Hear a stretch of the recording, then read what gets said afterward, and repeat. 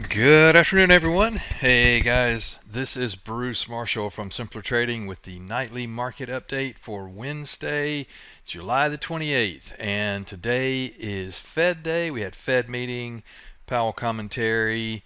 You see this chart here, it looks a little crazy. This is the ES. Not really that much going on with it. This was the Fed announcement here. We had initial um, down and then back up. And usually, we were talking about this morning. Usually, we have, usually go up 6 to 10 points and then come back down and kind of end up where we were. This one we went down and up and then kind of got our footing and then went up higher and then faded right into the close. Um, the Fed basically said what we thought they were going to say. They're keeping rates steady. They're talking about raising or trimming bond purchases, right?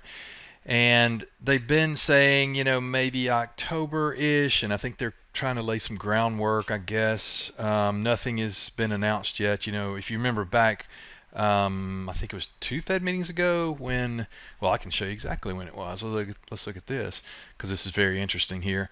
It was right here. Um, yeah, it's right here on this one.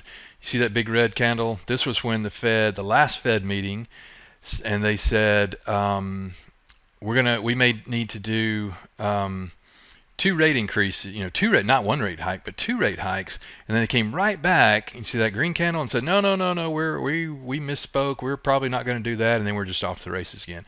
And so this time they're saying, we're going to keep things like they are with an eye on incoming data, and we're going to watch and see what happens, and we may have to curtail our bond purchases at some point. We're only doing 120 billion a month, and they may have to slow that down a little bit. So we have the Jackson Hole Summit next month. It's on August the 26th, I believe. And we'll probably get some insight there. And the Fed they don't have to wait to a meeting to actually announce a rate cut or a rate hike or anything like that. Um, but they typically do. So I wouldn't, I'm still looking kind of that October time frame. But in either case, nothing really happened today. We kind of chopped around. The bigger thing in my mind was earnings. And let's see here. Let's go out for a 10-day look here. And this is a yes.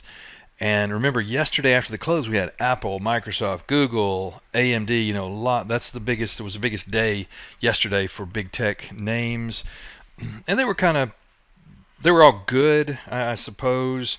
The price, stock prices were all over the place. Google really crushed it and went a lot higher. The others were, kind of so-so. But I thought we'd get a much bigger day today from all those big earnings. To me, kind of is much bigger than what the Fed is going to do, unless they were going to do something as far as tapering, and then the market can have a taper tantrum. But that'll be the next hurdle down the road, probably in the next 30 days or so, that they'll maybe start talking about that again. Of course, the Fed doesn't see any inflation everywhere. Everybody else does, but the Fed doesn't see it. So we'll see what happens with that. It's transitory, as they say. We'll see. But in any case, we just had Facebook report just a few minutes ago, and I saw it drop way down, and then it started coming back up. Right now it looks like it's down about, well, let's see, I'll show you. So Facebook just reported down all the way down here, 354, and it's kind of making its way back up. Still too early to tell. They have to do the conference call and all that kind of stuff, so don't read that much into this. But what we do know is that we've got tomorrow after the close is the last real biggie. Amazon is the one that kind of everybody's waiting on. Tomorrow after the close, we'll see what happens there. And then I am more inclined, once we get past this week and Amazon, I am inclined to continue. I'm looking to the upside here with a kind of 1 foot out the door on some downside here that will happen at some point. We just don't know when. I don't want to reach in yet and short this thing just yet. It's just we're not really there yet. The The market has to show us that it's going down first, moving averages, crossover, stuff like that. Right now it still looks bullish. Everything looks totally fine with that chart.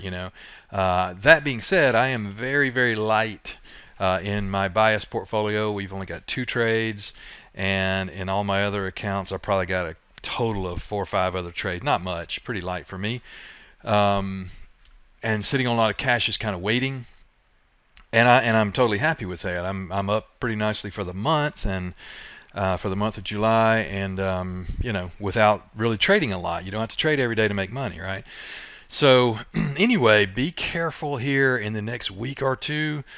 We could start seeing some cracks in the ice. The next big catalyst will be Amazon, of course, again after the close tomorrow. Other than that, I'm going to tread lightly until I see a clearer path higher or lower. I'm going to keep assuming we're going to go higher because the market is still in bullish mode here for sure. But also be very aware that we could, take a turn to the downside very quickly at any time. So be prepared for that. So if you got profit, take it and limit your risk on sizing and things like that. So that's what I've got. It's not a lot to talk about until we, kind of get through this week of big earnings. We'll still have another couple of weeks of earnings, but these are the big ones this week. And then as we get, kind of end of summer, kind of slow down market, I'm assuming or I'm kind of anticipating us to pull back at some point here. And we'll go over that, day by day and week by week as we go. So that's what I've got for us. Hope that helps. Hope it makes sense. And I will talk to you guys at the next update. Thanks. Without simpler trading, I could not have financial independence. This is one of the best investments I ever made in my life. It's helping me find consistency. It's one of the things that won me